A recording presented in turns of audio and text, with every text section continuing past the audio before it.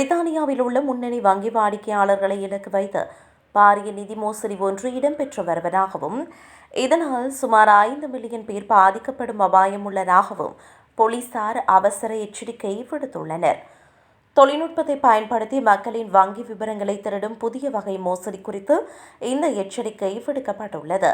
குறிப்பாக வங்கிகளில் இருந்து வருவது போன்ற போலியான குறுஞ்செய்திகள் மற்றும் மின்னஞ்சல்களை அனுப்பி வாடிக்கையாளர்களின் அந்தரங்க தகவல்களை மோசடியாளர்கள் சேகரித்து வருகின்றனர். இவை உண்மையான வங்கி தகவல்கள் போலவே தோற்றமளிப்பதால் பலரும் எளிதில் ஏமாந்து விடுவதாக போலீசார் சுட்டிக்காட்டியுள்ளனர். தற்போது நடைமுறையில் உள்ள இந்த மோசடியில் வாடிக்கையாளர்களின் வங்கிக் கணக்குகளில் ஏதோ ஒரு பாதுகாப்பு பிரச்சினை இருப்பதாக கூறி அதனை சரி செய்ய ஒரு இணைப்பை அழுத்துமாறு மோசடியாளர்கள் கூறுகின்றனர். அந்த இணைப்பை அழுத்தும் போது அது வாடிக்கையாளர்களை ஒரு போலியான இணையதளத்திற்கு இட்டுச் சென்று அவர்களின் கடவுச்சொல் மற்றும் ஏனைய தகவல்களை திருடுகிறது.